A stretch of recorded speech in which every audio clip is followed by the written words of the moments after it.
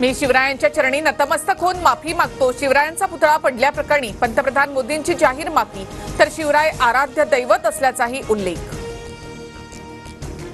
माफी मागून काही होणार नाही, जनताच मोदींचं सरकार कलम करणार। अंबादास दानवेंचा हल्लाबोल, तर जनता सरकारला सत्तेतून बाहेर काढणार। मोदींच्या माफीनंतर पटोलेंचा निशाणा। भ्रष्टाचार आणि निष्काळजीपणाला शिवरायांनी कधीच माफी दिली नाही। महाराष्ट्र या चुकीलाही माफी देऊ शकणार नाही। मोदींच्या माफीनंतर जयंत पाटलांची टीका। ज्यांनी सावरकरांना शिव्या दिल्या त्यांनी माफी मागितली का? पंतप्रधान मोदींचा विरोधकांवर हल्लाबोल। विरोधकांना कधी पश्चाताप होत नसल्याचीही मोदींची टीका। वैभव नाईक 15 मिनिटात घटनास्थळी कसे पोहोचले? शिवरायांचा पुतळा कोसळला, यात वैभव नाईकांचा हात तर नाही ना? निलेश राणेंचा ट्विट करत प्रश्न उपस्थित। माफी मागायचं नाटक करू नका, महाराष्ट्रासमोर तुम्हाला 100 वेळा नाक रगडावंच लागेल। राजकोटवरील पाहणीनंतर संजय राऊतांची मुख्यमंत्र्यांवर टीका।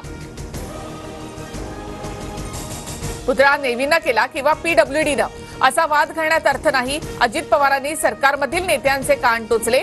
शिल्पकार पळून पळून जाणार कुठे? अजितदादांचं वक्तव्य।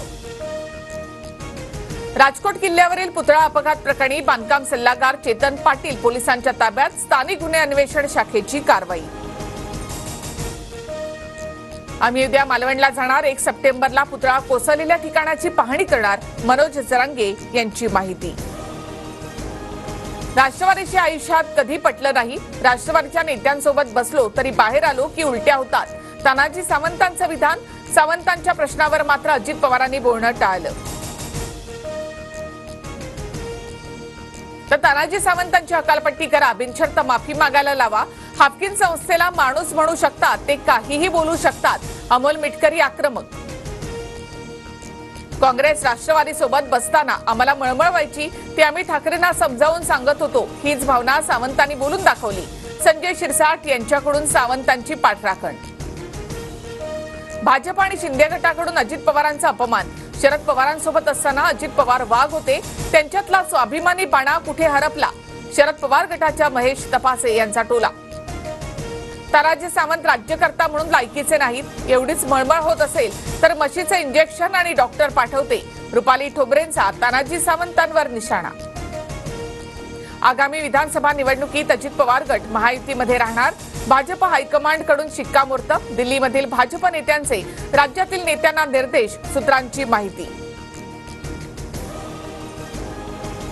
युतीतील एक पक्ष उमेदवारी कसा जाहीर करतो, नाव न घेता हर्षवर्धन पाटलांचा अजित पवार गटावर निशाणा। पुढील आठवड्यात फडणवीसांना भेटणार, हर्षवर्धन पाटलांची प्रतिक्रिया। पंतप्रधान मोदींच्या हस्ते पालघरमधील वाढवण बंदराचं भूमिपूजन संपन्न। वाढवण बंदरामुळे तरुणांना रोजगाराच्या नव्या संधी उपलब्ध होणार, मोदींकडून विश्वास व्यक्त। वाढवण बंदराच्या विरोधात स्थानिकांचं आंदोलन, काळे झेंडे दाखवत स्थानिक भूमिपुत्र आणि मच्छीमारांकडून निषेध व्यक्त। शरद पवार Z+ सुरक्षा नाकारण्याची शक्यता, Z+ सुरक्षेमधील काही अटी पवारांना मान्य नाहीत, सूत्रांची माहिती।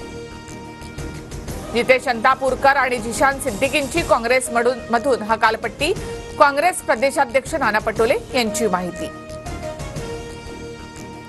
जितेश अंतापूरकर आजच भाजपमध्ये प्रवेश करणार। विधान परिषद निवडणुकीमध्ये अंतापूरकर यांच्यावर काँग्रेस पक्षाच्या आदेशाविरोधात मतदान केल्याचा आरोप। भाजपाकडून पंकजा मुंडेंना पुण्यातील 3 विधानसभा मतदारसंघाची जबाबदारी, कोथरूड, वडगाव, शेरी, शिवाजीनगर या पुण्यामधल्या 3 मतदारसंघाचा समावेश। कोल्हापुरात गोकुळ दूध संघाच्या वार्षिक सर्वसाधारण सभेत गोंधळ, सत्ताधारी आणि विरोधक एकमेकांच्या सोबत भिडले। बदलापूर अत्याचार प्रकरणामधील आरोपी अक्षय शिंदे लैंगिक विकृती पाहूनच त्याला सोडलं, अक्षय शिंदेच्या पहिल्या पत्नीचा जबाब। भारत डोजो यात्रा लवकरच सुरू होणार, राहुल गांधींकडून मार्शल आर्टशी संबंधित व्हिडिओ प्रसिद्ध करत माहिती। यंदा गणेशोत्सवामध्ये पीओपीच्या मूर्तींवर बंदी नाही, मात्र केंद्रीय प्रदूषण नियंत्रण मंडळाच्या 2020च्या मार्गदर्शक तत्वांचं पालन सरकारने करावं, मुंबई हायकोर्टाचे आदेश।